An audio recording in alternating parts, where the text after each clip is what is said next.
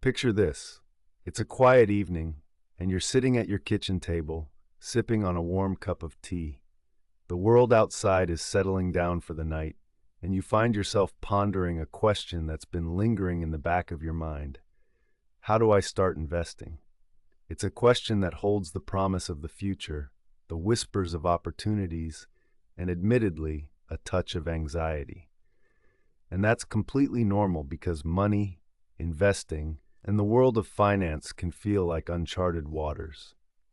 Let's start by acknowledging something simple yet profound. At its core, investing is about growing your wealth over time by putting your money to work for you. It's like planting a tree. You carefully choose a seed, nurture it, and with patience, watch it grow into something magnificent. But before planting that seed, we need to understand the soil we're working with.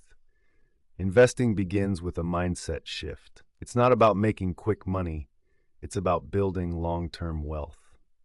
In the world of investing, fear and greed are two powerful forces. They can cloud judgment, lead to missteps, and make the rational seem irrational. But when we approach investing with a calm, thoughtful mindset, we can harness these emotions instead of being controlled by them. Imagine investing as a journey. Picture yourself preparing for a road trip. You wouldn't venture out without a map or at least a destination in mind, right? Similarly, in investing, having a goal is essential. What are you investing for? Is it a comfortable retirement, funding a child's education, or maybe starting a dream business? Having a clear purpose shapes your investment decisions and helps you remain focused when the road gets bumpy. Now let's dive into the essentials of investing. One of the most common questions I hear is, how do I choose what to invest in? The answer lies in understanding the different types of investments, stocks, bonds, and mutual funds, to name a few. Think of stocks as owning a little slice of a company. When the company does well, your slice becomes more valuable. Bonds, on the other hand, are like lending money to a company or government, and in return you receive interest. They're generally considered less risky than stocks, but usually offer lower returns. Mutual funds are collections of stocks, bonds, or other assets managed by professionals. They offer diversification, which is a fancy way of saying you don't put all your eggs in one basket. Diversification is a powerful tool, much like a balanced diet for your body. It ensures that your portfolio can weather different market conditions. If one investment doesn't perform well, others might compensate for it. It's about spreading risk so that one storm doesn't sink your entire ship. Let me share a story.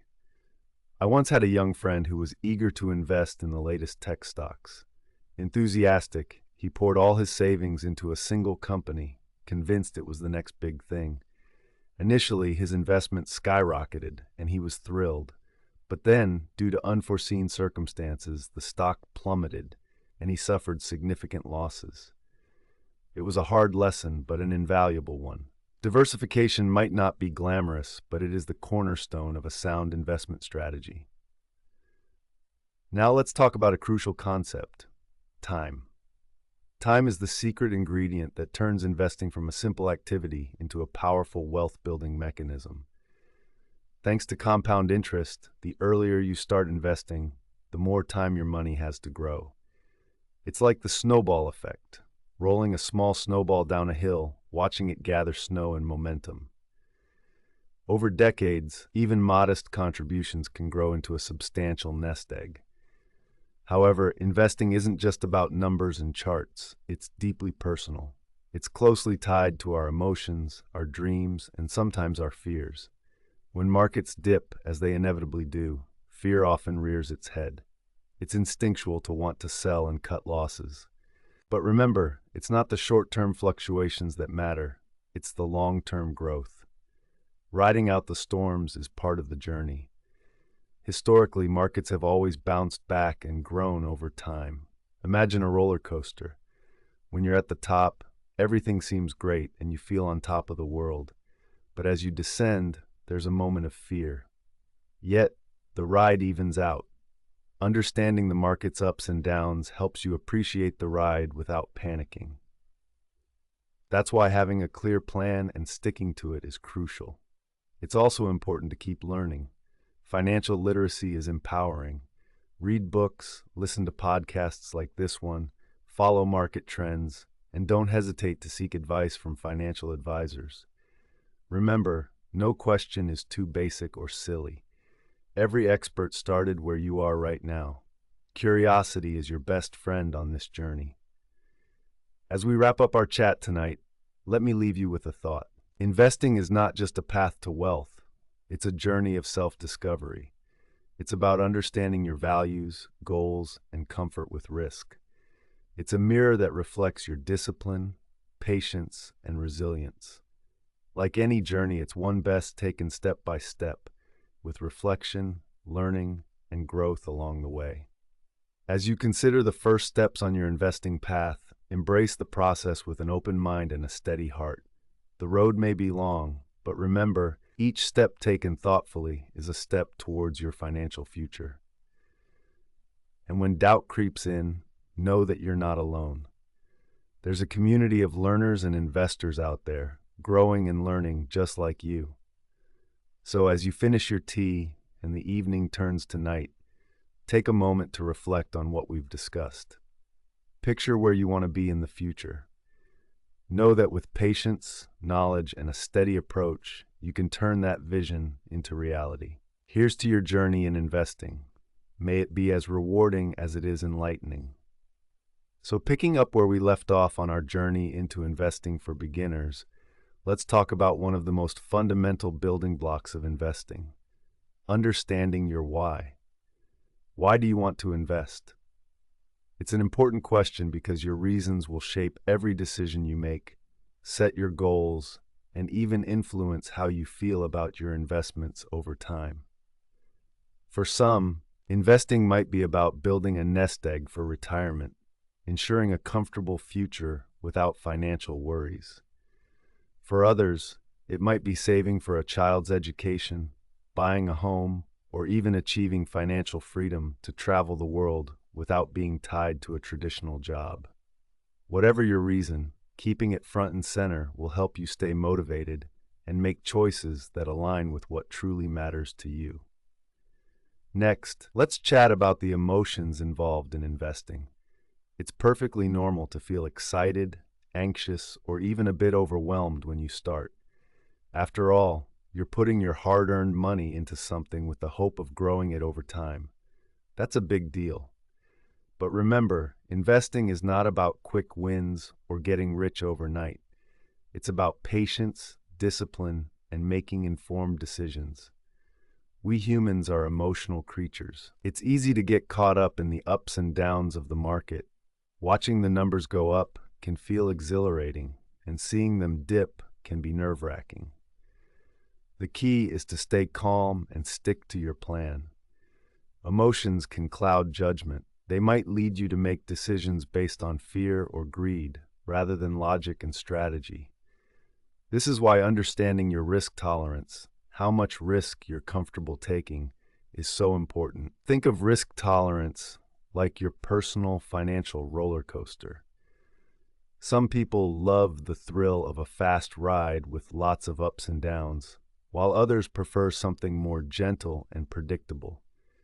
In the world of investing, this translates to how much fluctuation or change in the value of your investments you're okay with. If you're someone who stays up at night worrying when you see your investments dip a bit, you might opt for safer, more stable options. And that's perfectly okay. Another thing to remember is that investing is a bit like planting a tree. You can't just throw a seed in the ground and expect a huge tree overnight. It takes time, care, and patience. You nurture it, water it, and protect it from storms.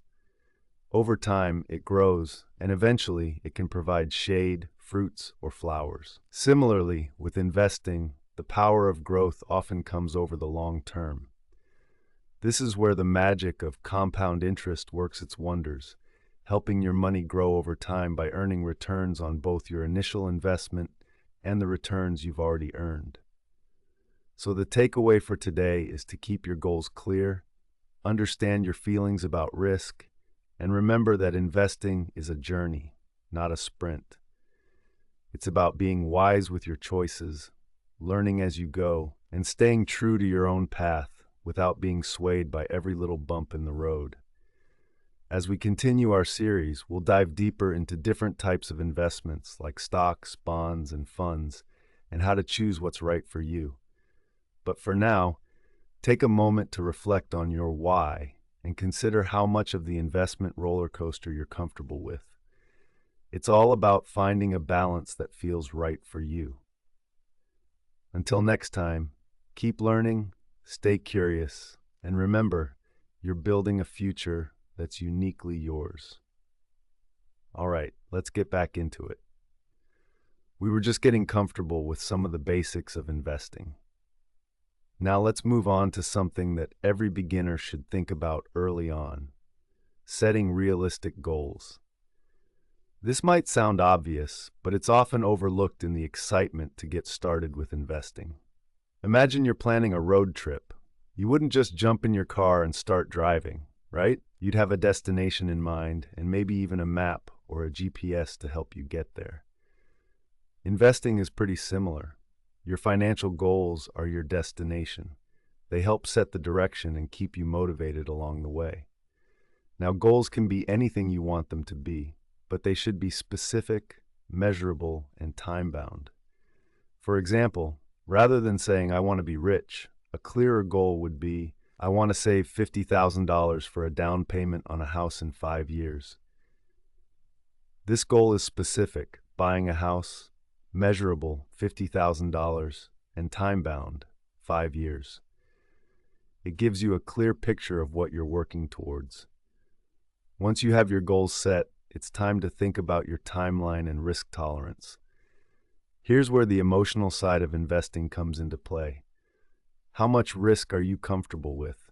This is a question only you can answer, and it often depends on your personality and your financial situation. If you're someone who worries a lot when the market fluctuates, you might prefer safer investments. These could be things like bonds or certificates of deposit, which are generally less volatile. On the other hand, if you're okay with some ups and downs for the chance of higher returns, stocks might be more your speed. Remember, there's no right or wrong answer here. It's all about what feels right for you. And it's perfectly fine if your comfort level changes over time.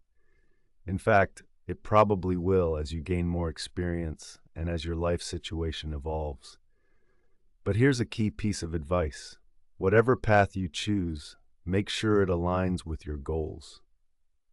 If you've set a goal to buy a house in 5 years, it wouldn't make sense to invest all your money in high-risk stocks, because if the market takes a downturn, your plans might get derailed.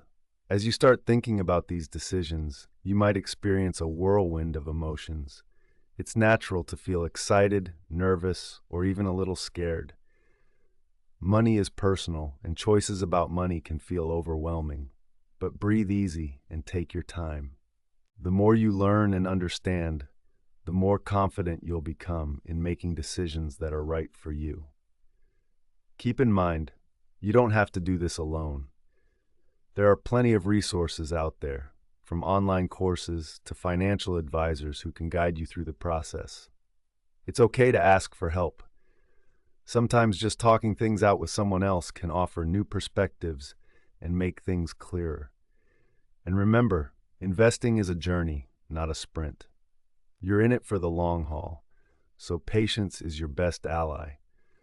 Markets will rise and fall, but if you stay focused on your goals and stick to your plan, you're setting yourself up for success. All right, that's a good place to pause for today. In our next episode, we'll dive into some of the basic types of investments and what they mean for you. Until then, keep your goals in sight and take one step at a time. Thanks for joining me, and happy investing.